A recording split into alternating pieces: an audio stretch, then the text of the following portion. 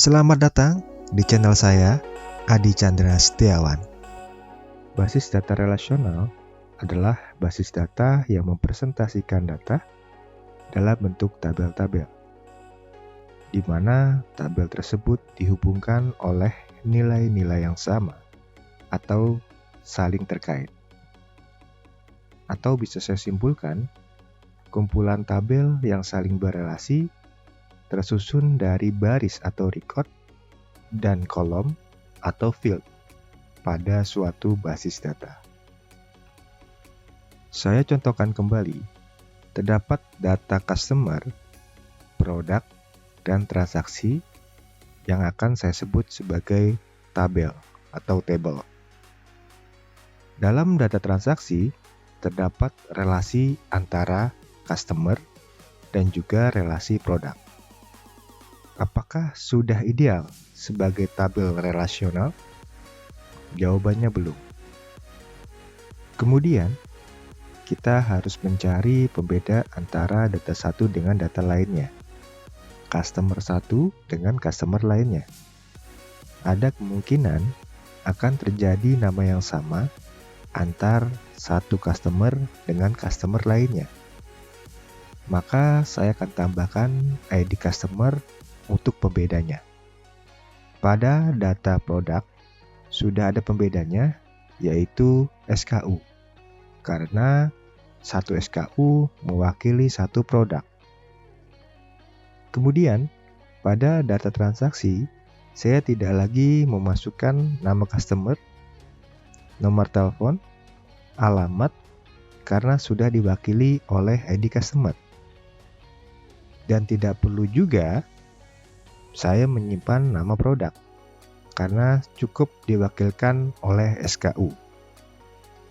Sehingga, pada data atau tabel transaksi terdiri dari ID customer, SKU, quantity order, harga jual, total order, dan tanggal order.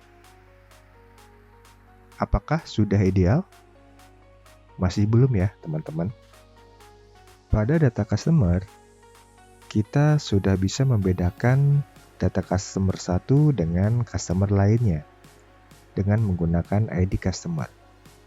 Kemudian, ID customer pada customer berelasi dengan ID customer pada transaksi. Lalu kita membutuhkan tabel baru, yaitu tabel detail transaksi. Karena satu order bisa lebih dari satu produk. Maka akan ada tabel transaksi dan tabel detail transaksi. Tabel transaksi menggambarkan satu ke satu atau one to one. Misalkan, satu order, satu tanggal order. Satu order, satu customer. Maka konsepnya akan kita pecah ke tabel transaksi dan tabel detail transaksi. Saya contohkan, customer Adi membeli 2 produk, laptop seri X dan kabel USB dengan SKU A01 dan A02. Berarti satu order memiliki beberapa barang. Kemudian ada relasi SKU di produk dengan berelasi SKU di detail transaksi. Dan juga ada relasi ID order pada transaksi dengan ID order detail transaksi. Jika teman-teman masih belum ada bayangan atau belum paham, saya akan jelaskan lagi di sesi berikutnya. Komponen penyusun basis data. Yang pertama, table atau tabel, kemudian kolom atau atribut, baris, record atau tuple, kemudian domain. Komponen penyusun basis data. Yang pertama, tabel. Tabel terdiri dari baris dan kolom. Seperti tadi saya contohkan ada tabel customer, tabel produk, tabel transaksi, dan tabel detail transaksi. Komponen penyusun basis data berikutnya yaitu kolom atau atribut atau field. Kolom terdapat dalam suatu tabel. Tidak boleh memiliki nama yang sama. Saya contohkan pada tabel customer. Kolom itu terdiri dari ID customer, nama customer, nomor telepon, dan alamat. Komponen penyusun basis data berikutnya yaitu domain. Sekumpulan nilai-nilai yang dapat disimpan pada satu atau lebih kolom. Domain membatasi dan mengatur nilai yang disimpan, atau disebut domain constraint, menentukan tipe data, length, dan lain-lain. Saya contohkan, ID customer, kita menggunakan integer, karena berupa angka di situ, 1, 2, 3, dan seterusnya. Nama customer, kita memakai varchar, karena dia sifatnya teks. Kemudian length-nya misalkan 20. Komponen penyusun basis data berikutnya, yaitu baris, atau record, atau tuple. Berisikan data dari sebuah objek. Saya contohkan, record itu dalam tabel customer. Record itu ada ID customer 1 Adi, nomor teleponnya, dan alamatnya. Ada Chandra, ada Budi, Diana, Eli, dan lain-lain. Itu adalah sebuah record. Relational key. Identifikasi satu atau sekelompok kolom yang nilainya dapat membedakan secara unik antara record satu dengan record lainnya. 5 relational key. Yang pertama, super key, candidate key, primary key, alternative key, dan foreign key. Super key, satu atau kelompok kolom yang nilainya secara unik membedakan record pada suatu tabel.